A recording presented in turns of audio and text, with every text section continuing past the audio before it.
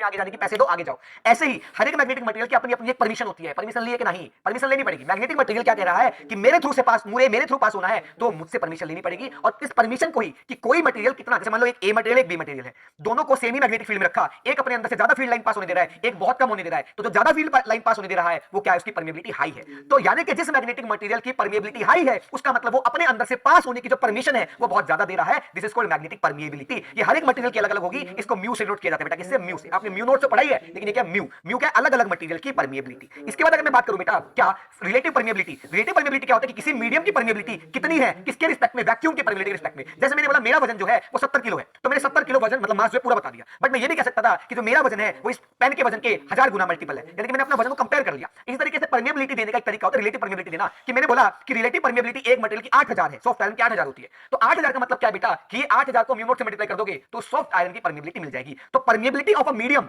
तो mu M हो गया, पर relative permeability of that medium किसके रिस्पेक्ट में बात कर रहे हैं, वैक्यूम की परमिएबिलिटी के रिस्पेक्ट में बात कर रहे हैं, वो होता है आपके पास म्यू नॉट। क्या मेरी बात क्लियर है? तो mu R is equal to mu M upon mu nought, सबको पता होता है, पहले से पता होता है, बट एक फॉर्मूला और याद रखना कि जो म्यू आर होता है वो होता है B upon B nought. B क्या है, जब हमने एक्सटर्नल मैग्नेटिक फील्ड में एक मैग्नेटिक सब्सटेंस को रखा तो वो खुद भी क्या हो गया, मैग्नेटाइज हो गया, तो उसका खुद का मैग्नेटिज्म प्लस बाहर वाली फील्ड लाइंस, तो जो अंदर नेट मैग्नेटिक फील्ड है उसको बोला है बी, इसको बी नेट लिख दो, बी नेट लिख दो चाहे तो बी नेट।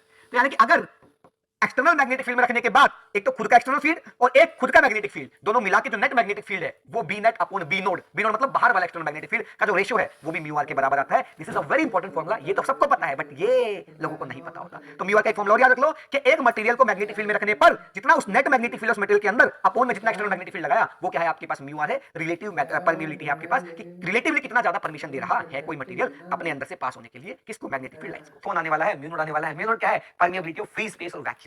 वैक्यूम हो, फ्री स्पेस या एयर, इवन एयर के लिए भी यही होता है बेटा, कितना 4 पाई into 10 की पावर -7 टेस्ला मीटर पर एम्पीयर।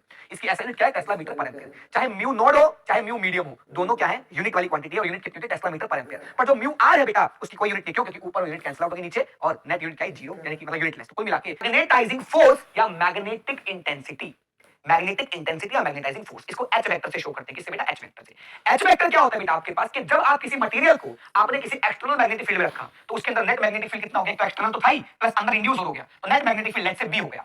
तो बोला जाता है कि एक्सटर्नल मैग्नेटिक फील्ड की किसी भी मटेरियल को मैग्नेटाइज करने की ताकत, यानी कि मैग्नेटाइजिंग फील्ड या मैग्नेटाइजिंग इंटेंसिटी या मैग्नेटाइजिंग फोर्स जो है वो एक्चुअल किसकी ताकत बताता है, एक्सटर्नल मैग्नेटिक फील्ड। कि मैंने एक्सटर्नल मैग्नेटिक फील्ड में ए मटेरियल रखा और मैंने एक्सटर्नल मैग्नेटिक फील्ड मतलब उसी मटेरियल को किसी दूसरे फील्ड में रखा, तो दोनों फील्ड सेम मटेरियल को एक फील्ड जो है वो ज्यादा मैग्नेटाइज कर रहा है और एक फील्ड कम कर रहा है, यानी कि जो ज्यादा मैग्नेटाइज करने की क्षमता रखता है बाहर वाला एक्सटर्नल मैग्नेटिक फील्ड, यानी कि वो क्या है, उसकी मैग्नेटाइजिंग पावर क्या है, स्ट्रांग है, यानी उसका मैग्नेटाइजिंग फोर्स क्या है, हाई है। यानी कि दिमाग में क्या रखना है, जो मैग्नेटाइजिंग फोर्स है या मैग्नेटिक इंटेंसिटी है ये एक्चुअल में किसकी प्रॉपर्टी है, एक्सटर्नल फील्ड की, बाहर वाली फील्ड की। तो बाहर वाला फील्ड किसी मटेरियल को मैग्नेटाइज किस हद तक कर सकता है, कितनी ताकत है किसी मटेरियल को मैग्नेटाइज करने की, किसकी, एक्सटर्नल फील्ड की कितनी ताकत है, उसे ही बोला जाता है मैग्नेटाइजिंग फोर्स या मैग्नेटिक इंटेंसिटी। एच वेक्टर से शो किया जाता है। एच वेक्टर के फॉर्मूले किसके बराबर देख लो, या तो आप लिखो external magnetic field B nought upon में म्यू नोट, या आप इसको लिख सकते हो बेटा बी नेट अपॉन में म्यू, यानी कि इस मटेरियल का नेट मैग्नेटिक फील्ड और इस मटेरियल का म्यू, इसके दोनों फॉर्मूले याद रख सकते हो। और इसकी जो यूनिट होती है बेटा होती है एम्पीयर पर मीटर। क्या होती है, एम्पीयर पर मीटर। इन्हीं के ऊपर छोटे छोटे क्वेश्चन अगर आएंगे तो इन्हीं की बात है। मैग्नेटाइजेशन इंटेंसिटी, वो मैग्नेटिक इंटेंसिटी थी, ये मैग्नेटाइजेशन इंटेंसिटी है, दोनों अलग अलग चीज है। क्या, वो मैग्नेटिक इंटेंसिटी थी, ये मैग्नेटाइजेशन इंटेंसिटी है। इसे आई से नोट किया जाता है, बेटा आई वेक्टर से। जो आई वेक्टर होता है बेटा वो किसके बराबर होता है, तो अब जो मैग्नेटिक इंटेंसिटी थी वो बाहर वाले मैग्नेटिक फील्ड की प्रॉपर्टी थी और मैग्नेटाइजेशन इंटेंसिटी मटेरियल की प्रॉपर्टी है। अब ये क्या है बेटा कि कोई मटेरियल एक्सटर्नल मैग्नेटिक फील्ड में कितना ज्यादा मैग्नेटाइज हो जाएगा, है ना, वो क्या है, उसकी मैग्नेटाइजेशन इंटेंसिटी है। यानी ये अब सोचो, अब दो मटेरियल है, दोनों सेम मैग्नेटिक फील्ड में रखे हैं, एक्सटर्नल मैग्नेटिक फील्ड सेम है पर एक ज्यादा मैग्नेटाइज हो रहा है, एक कम, यानी जो ज्यादा मैग्नेटाइज हो रहा है उसकी मैग्नेटाइजेशन इंटेंसिटी क्या है, ज्यादा। दोबारा दो अच्छे एग्जांपल सोचो। पहले वाले केस में मैंने क्या किया, एक ही मटेरियल को दो अलग अलग एक्सटर्नल मैग्नेटिक फील्ड में रखा, तो मटेरियल सेम था पर बाहर का फील्ड अलग अलग था, तो एक फील्ड ज्यादा मैग्नेटाइज कर रहा था, दूसरा फील्ड कम मैग्नेटाइज कर रहा था। तो यानी बाहर का फील्ड चेंज किया मैंने, यानी बाहर वाले फील्ड की अलग अलग ताकत है मैग्नेटाइज करने की, तो वो मैग्नेटिक इंटेंसिटी।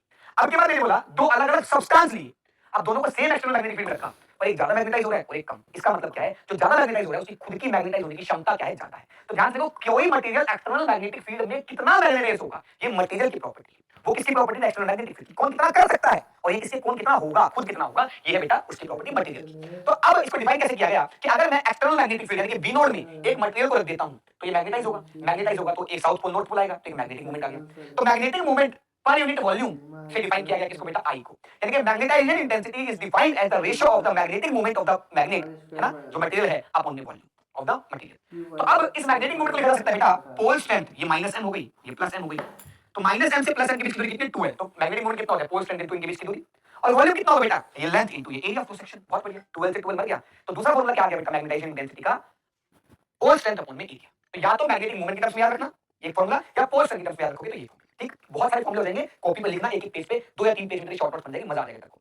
तो जो आई डिफाइन किया गया उसका दूसरा फॉर्मूला क्या है बेटा, कि जितना इसके अंदर इंड्यूस्ड मैग्नेटिक फील्ड है, मैग्नेट का खुद का इंड्यूस्ड मैग्नेटिक फील्ड, यानी कि इस बीएम के अंदर बी नोट का कोई रोल नहीं है, बी नेट क्या होगा, बी नेट होगा बेटा इंड्यूस्ड मैग्नेटिक फील्ड प्लस में बी नोट, यानी कि बाहर का मैग्नेटिक फील्ड जो था वो तो था ही, प्लस बीएम। यहाँ पर जो आई के फॉर्मूले में जो बीएम है वो क्या बेटा, सिर्फ खुद का मैग्नेटिक फील्ड, एक्सटर्नल का कोई रोल नहीं है। तो खुद का मैग्नेटिक फील्ड अपॉन में म्यू नॉट क्या है बेटा, यहाँ पर इस आई का एक फॉर्मूला है, इसकी यूनिट भी क्या होती है बेटा, एम्पियर पर मीटर होती है। कितनी होती है, एम्पियर पर मीटर। बहुत बढ़िया लाडली, बहुत शानदार। आगे बता मैग्नेटिक ससेप्टिबिलिटी। मैग्नेटिक ससेप्टिबिलिटी बताते हैं कि कोई मैग्नेट कितना इजीली मैग्नेटाइज, इजीली पावरफुली, ज्यादा नहीं, इजीली कितना इजीली क्या हो जाएगा बेटा, मैग्नेटाइज हो जाएगा, उसे बोला जाता है magnetic susceptibility, property which determines how easily a material can be magnetised. ये रेशियो होता है बेटा I by H का, susceptibility is the ratio of the I by H। I की यूनिट भी एम्पीयर पर मीटर थी, H की यूनिट भी एम्पीयर पर मीटर थी। I क्या था, मैग्नेटाइजेशन इंटेंसिटी, H क्या है, मैग्नेटिक इंटेंसिटी। I क्या है, मैग्नेटाइजेशन इंटेंसिटी, H क्या है, मैग्नेटिक फोर्स। ठीक है, मैग्नेटाइजिंग फोर्स।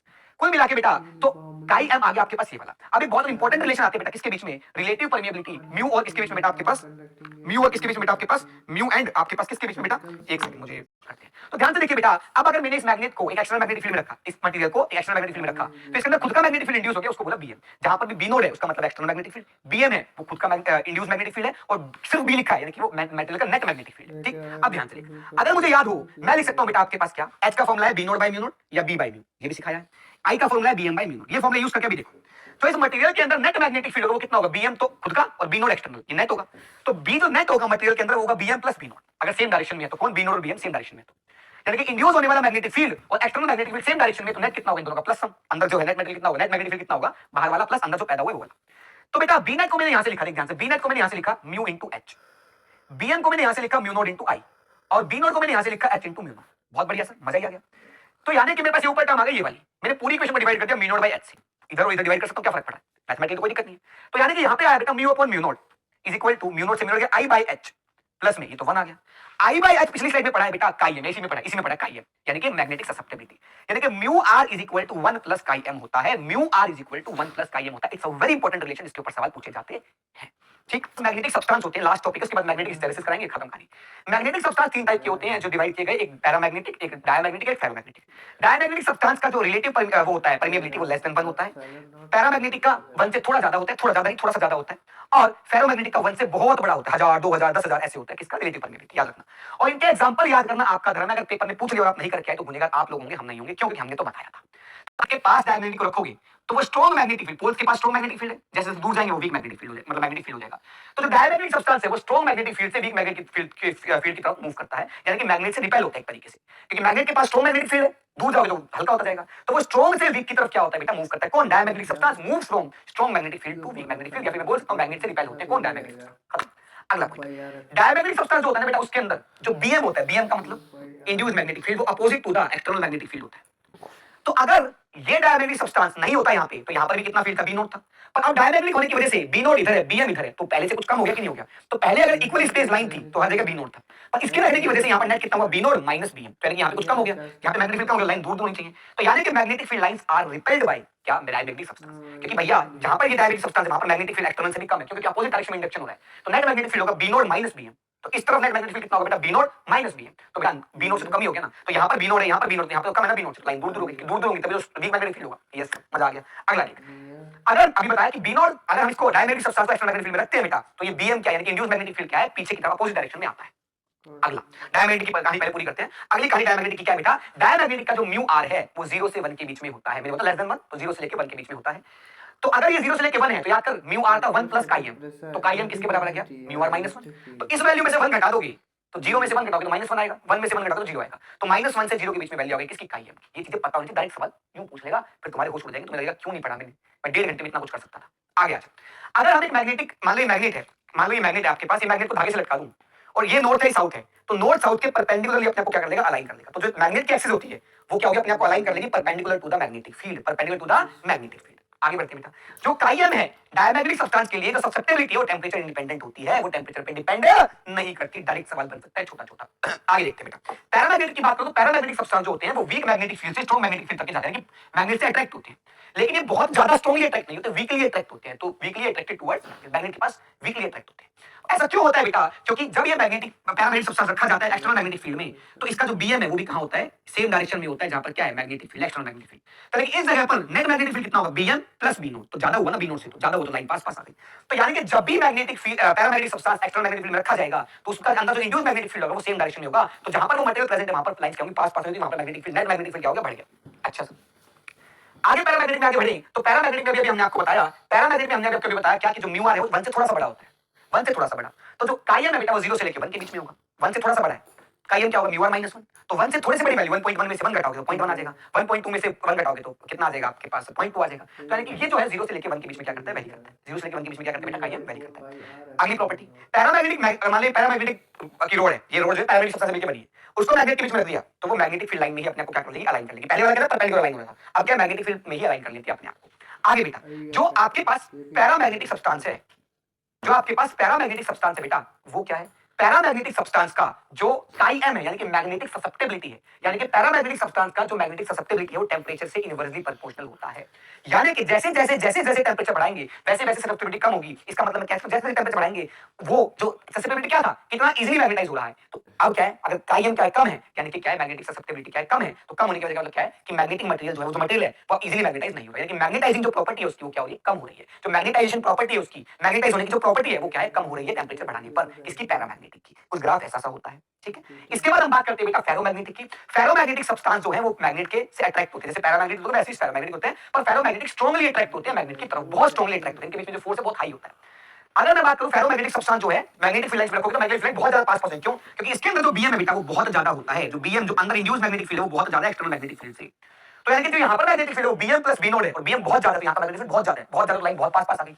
इसलिए मैग्नेटिक फील्ड लाइन क्या बेटा? यहाँ पे फेरोमैग्नेटिक सब्सटेंस रखा होता है वहां पे बहुत पास पास होती है, अट्रैक्ट होती है। उसके बाद अगर हम बात करें बेटा जो फेरोमैग्नेटिक सब्सटेंस उसका रिलेटिव परमेबिलिटी म्यू आर बहुत ज्यादा होता है, तो काईएम भी बहुत ज्यादा होगा। उसमें से एक घट भी जाएगा तो कोई फर्क नहीं पड़ रहा। 1000 में से एक घटा तो 999 बचेगा, वो भी बहुत ज्यादा ही है। 10,000 में से एक घटा दोगे क्योंकि म्यू आर में से एक घटाते काईएम आ जाते हैं, तो 10,000 में से घटा भी 9,999 बचेगा, वो भी एक से तो बहुत ज्यादा है। तो म्यू आर और काईएम दोनों 1 से बहुत ज्यादा होते हैं। अगेन सेम प्रॉपर्टी है बेटा, अगर फेरोमैग्नेटिक सब्सटेंस को मैग्नेट के बीच में रख दोगे, नॉर्थ पोल साउथ पोल के बीच में, तो मैग्नेटिक फील्ड लाइन में ही क्या कर लेंगे? अपने को अलाइन कर लेंगे, और बहुत जल्दी अलाइन कर लेंगे, क्योंकि ये तो बहुत वीकली अट्रैक्ट होते हैं पर स्ट्रांगली अट्रैक्ट होते हैं, तो मैग्नेटिक फील्ड की लाइन में तुरंत अलाइन हो जाएंगे। उसके बाद बेटा आपके पास लास्ट प्रॉपर्टी जो होती है बेटा, जो काई एम है किसका बेटा? फेरोमैग्नेटिक सब्सटेंस का, वो होता है C upon T minus TC। C upon T minus TC। C क्या है बेटा? क्यूरी कांस्टेंट होता है, TC क्या है बेटा? क्यूरी टेंपरेचर होता है। ये बोला जाता है कि क्यूरी टेंपरेचर से ज्यादा टेंपरेचर, मान लो कि टेंपरेचर उसको बोले क्यूरी टेंपरेचर, वो हर एक मटेरियल अलग होगा, तो क्यूरी टेंपरेचर से ज्यादा टेंपरेचर करते ही जो फेरोमैग्नेटिक सब्सटेंस है वो क्या हो जाएगा बेटा? पैरामैग्नेटिक में कन्वर्ट हो जाएगा, क्योंकि फेरोमैग्नेटिक सब्सटेंस की मैग्नेटाइजिंग प्रॉपर्टी बहुत ज्यादा है। जैसे जैसे टेंपरेचर बढ़ा रही हो तो मैग्नेटाइजिंग प्रॉपर्टी कम हो रही है, कम होते होते होते किसके रेंज में लाई करेगी? पैरामैग्नेटिक की रेंज में लाई करेगी। पैरामैग्नेटिक को भी और कम कर देगा, बहुत कम मैग्नेटिक प्रॉपर्टीज की हो जाएगी, बहुत ज्यादा वीक मैग्नेट बन जाएगी वो। क्या मेरी बात क्लियर है? ये दो जो मैग्नेटिक हिस्टैरिसीस क्या होता है बेटा? ये सिर्फ फेरोमैग्नेटिक सब्सटेंस के लिए डिफाइंड होते हैं। फेरोमैग्नेटिक सब्सटेंस में अभी भी क्या बताया कि अगर मैं मैग्नेटिक फील्ड यहां लगा रहा हूं बेटा तो उसके अंदर फील्ड भी यही डेवलप होगा। तो जैसे जैसे मैंने एक्सटर्नल मैग्नेटिक फील्ड की ताकत बढ़ाई, याद कर H किसके बराबर था? B not by mu naught. तो जैसे जैसे मैं H को बढ़ा रहा हूं पर्टिकुलर दिशा में, मान लो इस दिशा में बढ़ा रहा हूं, यानी कि मैं B को बढ़ा रहा हूं, H वेक्टर को बढ़ाने का मतलब है B वेक्टर को बढ़ाना, एक्सटर्नल मैग्नेटिक फील्ड को। एक्सटर्नल मैग्नेटिक फील्ड बढ़ाता गया तो मैग्नेट जो है वो ज्यादा मैग्नेटाइज होता गया, तो उसके अंदर जो इंड्यूस्ड मैग्नेटिक फील्ड है जो B नेट है वो बढ़ता गया बढ़ता गया बढ़ता गया। अब एक टाइम पर आके मैंने यहां तक क्या कर दिया? H लगाया तो इतना B बढ़ चुका है। अब मैं H को वापस कम कर रहा हूं तो B भी कम होता जाएगा। लेकिन मैंने ये पाया कि जब मैंने H को 0 कर दिया, एक्सटर्नल मैग्नेटिक फील्ड हटा दिया, लेकिन फिर भी फेरोमैग्नेटिक सब्सटेंस के अंदर जो इंड्यूस्ड मैग्नेटिक फील्ड था वो 0 नहीं हुआ। सोच, पहले दोनों में मैग्नेटिक फील्ड कितना है? बाहर कोई मैग्नेटिक फील्ड नहीं है, फेरोमैग्नेटिक भी कोई मैग्नेटिक फील्ड है, फेरोमैग्नेटिक का खुद का इंड्यूस्ड मैग्नेटिक फील्ड नहीं है। अब मैंने थोड़ा सा मैग्नेटिक फील्ड लगाया तो इंड्यूस हुआ, ज्यादा लगाया और ज्यादा इंड्यूस हुआ, और ज्यादा लगाया और ज्यादा इंड्यूस हुआ। मान लो एक टाइम तक मैंने बहुत मैक्सिमम कर दी वैल्यू इसकी B नॉट की, तो मैक्सिमम जितना मैग्नेटाइज होना चाहिए हो चुका है वो मैग्नेट। अब मैं B नॉट को कम करता जा रहा हूं, तो मैग्नेट के अंदर जो इंडक्शन है वो भी कम होना चाहिए, होता भी है, कम हो रहा है B की वैल्यू, बाई में वैल्यू कम हो रही है। पर देखा ये कि एक्सटर्नल को कम करते करते करते 0 भी कर दिया, लेकिन अभी भी फेरोमैग्नेटिक सब्सटेंस के अंदर क्या बचा हुआ है? Bm बचा हुआ है, यानी कि मैग्नेटिक फील्ड इंड्यूस वाला बचा हुआ है। इसे बोलते हैं बेटा Br, यानी कि B जो क्या करके रिटेन कर गया, क्या बोलकर रिटेन कर गया, कि जो magnetic field external magnetic field की वजह से पहले मैग्नेटाइज किया, लेकिन अब मैग्नेटिक फील्ड हटा भी दिया एक्सटर्नल वाला, तब भी वो मैग्नेटाइज है। तो जितना मैग्नेटिक फील्ड उसके अंदर बचा हुआ है H0 होने पर भी उसे क्या बोलते हैं बेटा? आपके पास रिटेंटिविटी बोलते हैं। क्या बोलते हैं बेटा? रिटेंटिविटी। देखो ध्यान से, only ferromagnetic material shows magnetic hysteresis when ferromagnetic material is placed in external magnetic field for magnetisation.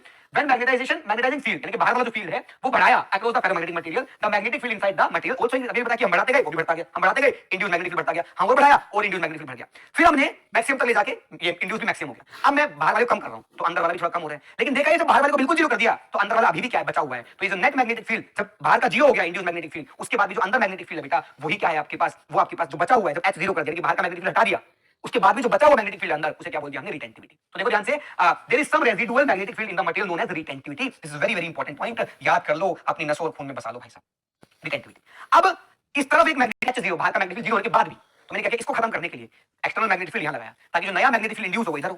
तो देखो, जब मैं नेट में बाहर का मैग्नेटिक फील्ड इधर लगा रहा हूं, इंड्यूस इधर है, तो नेट क्या है, अंदर कम होता जाएगा। मैं बढ़ाता गया अपोजिट डायरेक्शन में एक्सटर्नल मैग्नेटिक फील्ड, तो जो अंदर नेट है वो कम होता गया। एक समय आया कि इतना एच कर दिया मैंने अपोजिट डायरेक्शन में, एच मैग्नेटाइजिंग फील्ड, जो बाहर का फील्ड है यानी कि जो मैग्नेटाइजिंग फोर्स है आपके पास, वो इतना कर दिया, जब क्या है बेटा, ये क्या हो गया आपके पास, जीरो हो गया। क्या, अंदर का नेट मैग्नेटिक फील्ड जीरो हो जाए, तो इसे क्या बोलते हैं बेटा, कोरिएसिविटी। क्या बोलते हैं, कोरिएसिविटी। तो सुनिएगा ध्यान से, to remove this residual magnetic field inside the material, external magnetising field is again applied but upon in opposite direction till net magnetic field inside the material is zero. This magnetising field required to destroy residual magnetic field is known as coercivity. कि जो बाहर की तरफ से जो H बढ़ाई जा रही है अपोजिट डायरेक्शन में, वो कितना मैक्सिमम करना पड़ेगा जिससे कि नेट अंदर वाला क्या हो जाए, जीरो। जो बचा हुआ था उसको जीरो करना है ना, तो जीरो करने के लिए जितना लगाना पड़ा वो क्या है आपके पास, कोरिएसिविटी। तो ये दो मतलब नेगेटिव में आया, वो बढ़ते जितना ज्यादा और बढ़ाओगे मैग्नेटिक फील्ड, एक टाइम पे तो मैग्नेटिक फील्ड एक्सटर्नल वाला और इंड्यूस जो बचा हुआ था रेजिडुअल वाला, रिटेंटिविटी वाला, वो जीरो हो गया। अब मैं और बढ़ा रहा हूं अपोजिट डायरेक्शन में एक्सटर्नल मैग्नेटिक फील्ड, तो नया इंडक्शन कहां होगा, इस तरफ होगा। तो यानी कि नेगेटिव डायरेक्शन में क्या है, net magnetic field negative direction. देखो ध्यान से, बढ़ाता गया। एक टाइम पर आके मैंने यहां तक क्या किया, उसको एच को बढ़ाता गया। कहां तक, एच को सिर्फ यहां तक बढ़ाया था, अपोजिट डायरेक्शन में यहां तक। तो अब वापस, अब क्योंकि नेट इंड्यूस कहां हो चुका है, इधर हो चुका है। अब मुझे इसको जीरो करना है, मुझे मजा आ रहा है, अब मुझे इसको जीरो करना है, तो नेट कहां लगाना पड़ेगा, इधर लगाना पड़ेगा। अब मैंने अपना क्या किया, यानी कि या फिर मैं इधर वाले को थोड़ा कम करना शुरू कर दूं, कम करते जब मैंने इसको जीरो कर दिया, किसको बेटा, एक्सटर्नल मैग्नेटिक फील्ड को, इस डायरेक्शन में जो मैग्नेटिक फील्ड था उसको कम करते जीरो कर दिया, तभी भी देखा कि जो मैग्नेटिक फील्ड अभी बचा हुआ है, यानी कि ये भी क्या है, रिटेंटिविटी है आपके पास। उसके बाद इसको जीरो करने के लिए, तो इस तरफ था मैग्नेटिक, इसको जीरो करने के लिए और इस तरफ बढ़ाई जा रहा हूं, बढ़ाते ये क्या हो गया, कोरिएसिविटी हो गया। इस तरीके से क्या होता है बेटा, इसे ही क्या बोलते हैं, हिस्टैरिसीस कर्व बोला जाता है। आगे देखिए, कॉज ऑफ हिस्टैरिसीस, जब हमने एक्सटर्नल मैग्नेटिक फील्ड हटा दिया बेटा, तो जो डोमेन्स होते हैं, एक्चुअली क्या होता है बेटा, फेरोमैग्नेटिक सब्सटेंस के अंदर ना बेटा, फेरोमैग्नेटिक सब्सटेंस क्यों ऐसी प्रॉपर्टी शो करता है, क्योंकि फेरोमैग्नेटिक सब्सटेंस के अंदर जैसे बहुत सारे मटेरियल हैं, वो पोलर मटेरियल होते हैं, पोलर यानी कि जिनके अंदर छोटे छोटे डाइपोल बने हुए हैं, और ये छोटे छोटे डाइपोल आपस में दोस्ती करके क्या बना लेते बेटा, ये डाइपोल क्या बना लेते बेटा आपके पास, ये डोमेन्स, इसको क्या बोलते हैं, डोमेन्स मतलब ग्रुप ऑफ क्या, ये डाइपोल्स, ग्रुप ऑफ छोटे छोटे डाइपोल जो कि सेम डायरेक्शन में, इनका ग्रुप को क्या बोलते हैं बेटा, डोमेन। जब इसको एक्सटर्नल मैग्नेटिक फील्ड में रखा जाता है, जब इसको क्या करा जाता है बेटा, एक्सटर्नल मैग्नेटिक फील्ड में रखा जाता है, जब इसको एक्सटर्नल मैग्नेटिक फील्ड में मान लो इस डायरेक्शन में रखा गया, तो सारे के सारे जो ये क्या बोलते हैं, डाइपोल है, आपको याद होगा डाइपोल मैग्नेटिक मतलब मैग्नेटिक डाइपोल है, तो किस डायरेक्शन में अरेंज होंगे, मैग्नेटिक डायरेक्शन में अरेंज होंगे, तो सारे के सारे डोमेन्स क्या है बेटा आपके पास, इस डायरेक्शन में अरेंज हो जाते हैं। तो जो नेट मैग्नेटिक फील्ड है वो भी किधर आ गया बेटा, एक्सटर्नल के डायरेक्शन में आ गया। ये कारण होता है बेटा किसके अंदर, फेरोमैग्नेटिक के अंदर, मैग्नेटिक प्रॉपर्टी का। तो याद रखना, मैं तुम्हें एक शॉर्टकट में चीज बता देता हूं, फेरोमैग्नेटिक के अंदर जो मैग्नेटिक प्रॉपर्टीज आती है वो क्यों आती है, डोमेन्स के अरेंज होने के कारण। डोमेन्स मतलब इनके ग्रुप के जो छोटे छोटे डाइपोल के ग्रुप बन गए, वो आपस में अब क्या हो रहे हैं, अलाइन हो रहे हैं। पैरामैग्नेटिक में भी ऐसे डाइपोल्स होते हैं, पर वो ग्रुप में नहीं होते, वो इंडिविजुअल होते हैं, वो डोमेन्स में नहीं होते। तो वो क्या है, बहुत सारे इंडिविजुअल डाइपोल है, वो ग्रुप में नहीं है ऑलरेडी, तो वहां पर भी सेम इसी रीजन से आता है, पर वहां पे डोमेन नहीं, वहां पे इंडिविजुअल डाइपोल है। और जो डायमैग्नेटिक होता है बेटा, वो स्पिन की वजह से आता है। किसकी वजह से आता है बेटा, वो प्रॉपर्टी स्पिन की वजह से आती है। क्यों, क्योंकि डायमैग्नेटिक प्रॉपर्टी वो मटेरियल शो करते हैं जनरली जिन मटेरियल के पास इवन नंबर ऑफ इलेक्ट्रॉन्स होते हैं। इवन नंबर ऑफ इलेक्ट्रॉन्स में आपने केमिस्ट्री में पढ़ा होगा, कुछ कौन कौन से रूल्स होते हैं मैं तो खुद भूल गया, लेकिन उसमें अपोजिट स्पिन में इलेक्ट्रॉन भरे जाते हैं। तो एक इलेक्ट्रॉन अगर ऐसे घूम रहा है, तो उसी ऑर्बिट में एक इलेक्ट्रॉन ऐसे घूम रहा है, तो एक इलेक्ट्रॉन घूमने का करंट ऐसे है, तो एक के कारण करंट ऐसे है, तो दोनों का मैग्नेटिक फील्ड अपना अपना अलग अलग डायरेक्शन में, करंट ऐसे है तो मैग्नेटिक फील्ड बाहर, करंट ऐसे है तो मैग्नेटिक फील्ड अंदर। अब जब इसको एक्सटर्नल मैग्नेटिक फील्ड में रखते हैं बेटा, तो मान लो एक्सटर्नल मैग्नेटिक फील्ड अंदर है, तो जिस इलेक्ट्रॉन का खुद का मैग्नेटिक फील्ड अंदर था और बाहर से भी अंदर लग रहा है, तो नेट मैग्नेटिक फील्ड उसके तो बढ़ गया। और जिस इलेक्ट्रॉन का नेट मैग्नेटिक फील्ड बाहर था और एक्सटर्नल अंदर है, तो उसके लिए मैग्नेटिक फील्ड घट गया। तो जो इलेक्ट्रॉन की घूमने की रफ्तार है v, वो क्या होता है, q into v cross b।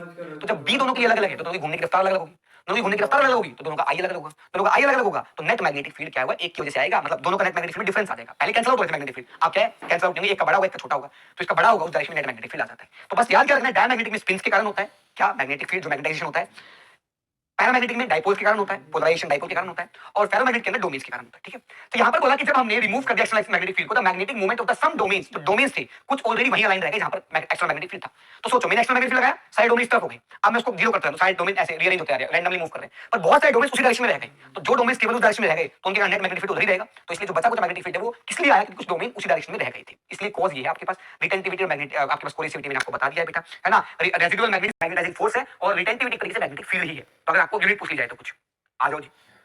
Hysteresis loss की बात करें तो जितना ज्यादा इस कर्व का एरिया होगा, देखो ध्यान से, जितना ज्यादा इस अजगर का पेट होगा, जितना ज्यादा इस अजगर का पेट होगा, ये अजगर का जो ये पेट है, जितना मोटा होगा जितना एरिया कवर करेगा उतना ज्यादा क्या होगा, हिस्टैरिसीस लॉस होंगे उसके अंदर, और जितना कम इतना पतला सा ग्राफ होगा उतना कम लॉस होगा। तो हिस्टैरिसीस लॉसेस कैसे बोलेगा बेटा, हिस्टैरिसीस लॉस बोलेगा area of the hysteresis loop. जो एरिया है बेटा वो क्या डिनोट करता है, एनर्जी लॉस, कितना एनर्जी लॉस हुआ एक साइकिल में पर यूनिट टाइम पर यूनिट वॉल्यूम, यानी कि energy loss per unit time पर यूनिट वॉल्यूम एनर्जी कितना लॉस हुआ अपन में, टाइम कितना टाइम लगा लॉस होने में, और कितना वॉल्यूम है उस पूरे सब्सटेंस का, वो क्या डिनोट करेगा, उसका एरिया, स्ट्रेस का एरिया, ये चीज डिनोट करेगा। तो अलग अलग मटेरियल की अलग अलग होती है। वर्क डन निकालना हो पर यूनिट वॉल्यूम, ये वाला वही सेम लाइन है बेटा। The total loss in the energy, अगर मेरे को खाली एनर्जी निकालनी है तो मैं क्या करूंगा, हिस्टेरेसिस का जो एरिया उसको मल्टीप्लाई कर दूंगा टाइम से, मल्टीप्लाई कर दूंगा बेटा किससे, वॉल्यूम से। तो देख वॉल्यूम से मल्टीप्लाई किया, एरिया से मल्टीप्लाई किया, और आपके पास क्या हो गया, हिस्टेरेसिस का एरिया इस उस मटेरियल का वॉल्यूम इनटू टाइम, कितना टाइम है उससे मल्टीप्लाई कर। एंड क्या है, फ्रीक्वेंसी के कितने समय में कितनी, मान लो 1 सेकंड में 10 साइकिल हो रही है, तो यहाँ पर आपने 1 से मल्टीप्लाई किया, टाइम 1 सेकंड था तो 1 सेकंड में 10 साइकिल, 10 बार लॉस हुआ तो 10 से मल्टीप्लाई। फ्रीक्वेंसी क्या है, कितनी साइकिल्स कवर हो रही है उसके अंदर 1 सेकंड के अंदर, that will be your formula. तो क्या लॉस होगा बेटा, लॉस निकालने के लिए कर्व का area multiply by volume of the substance, multiply by time, कितने टाइम के लिए बात कर रहा हूं, मल्टीप्लाई बाय फ्रीक्वेंसी, कितनी साइकिल्स हो रही है 1 सेकंड में, तो एनर्जी आएगी जूल में। और अगर आपको क्या करना है बेटा, जूल को कैलोरीज में कन्वर्ट करना है, तो आपको पता है क्या, बच्चे को पता है 1 जूल किसके बराबर होता है, सॉरी 1 कैलोरी किसके बराबर होता है बेटा, आपके पास 4.2 जूल के बराबर होता है आपके पास। तो 1 जूल आ जाएगा बेटा आपके पास 1/4.2 कैलोरी। तो अगर मुझे इसी जूल वाली क्वांटिटी को कैलोरी में कन्वर्ट करना है तो 4.2 से डिवाइड कर देना, आपके पास सारे आंसर आ जाएंगे। मजा ही मजा, मजे ही मजे, काम को काम, मजो को मजो। आज तो कुछ प्रॉपर्टीज होती है बेटा, लो रिटेंटिविटी होती है, लो कोरिसिविटी, यानी कि जैसे उसमें एक्सटर्नल मैग्नेटिक फील्ड हटाओगे तो उसके अंदर जो मैग्नेटिक फील्ड बचता है वो ना के बराबर होता है, बहुत लो रिटेंटिविटी होती है, सॉफ्ट मैग्नेट होते हैं। हार्ड मैग्नेट वो होते हैं जिनके अंदर आपने मैग्नेटिक फील्ड लगाया और जब हटा दिया तो उसके अंदर जो बचा हुआ मैग्नेटिक फील्ड वो बहुत ज्यादा है, तो इसलिए परमानेंट मैग्नेट टाइप्स काम आते हैं आपके पास। तो सूटेबल है किसके लिए बेटा, परमानेंट। परमानेंट मैग्नेट का मतलब क्या होता है कि ऐसे मैग्नेट बनाना कि जो मैं एक्सटर्नल मैग्नेट हटा भी दूं तब भी मैग्नेट की तरह ही काम करे, क्योंकि उनके अंदर खुद का मैग्नेटिक फील्ड है। लेकिन सॉफ्ट मैग्नेट क्या होगा बेटा आपके पास, क्या बोलते हैं, इलेक्ट्रोमैग्नेट बनाने काम आते हैं, क्योंकि जब इलेक्ट्रिसिटी होगी तो मैग्नेटिक फील्ड होगा, मैग्नेटिक फील्ड होगा तो वो मैग्नेटाइज हो जाएंगे और खुद मैग्नेट की तरह बिहेव करेंगे। पर जैसे इलेक्ट्रिसिटी हटेगी तो रेजिडुअल रिटेंटिविटी कम होने के कारण, रिटेंटिविटी क्या होगी बेटा, कम होगी। रिटेंटिविटी कम होने के कारण बेटा क्या है, अंदर का मैग्नेटिक फील्ड मर जाएगा जैसे आप बाहर का हटाते हो तो, या बहुत कम हो जाएगा। तो इसलिए बेटा इलेक्ट्रोमैग्नेट का काम ही होता है बेटा कि जब जब करंट हो, इलेक्ट्रिसिटी हो, तब तक मैग्नेट की तरह काम करे, बाकी ना करे। मजा ही मजा। सॉफ्ट मैग्नेट के लिए जो एरिया होता है, जो कर्व होता है थोड़ा थिन होता है, और हार्ड मैग्नेट के लिए कर्व होता है बेटा थोड़ा थिक होता है, क्योंकि इसके लिए बीआर को ज्यादा रखना है, इसके लिए बीआर को कम रखना है, और इसको रिटेंटिविटी और कोरिसिविटी को कम रखना है, इसके लिए रिटेंटिविटी और कोरिसिविटी को हाई रखना है, किसके लिए, हार्ड मैग्नेट के लिए। तो इसलिए इसका कर्व ऐसा बन रहा है। ठीक है बेटा, लॉजिकल बुद्धि है, सिंपल।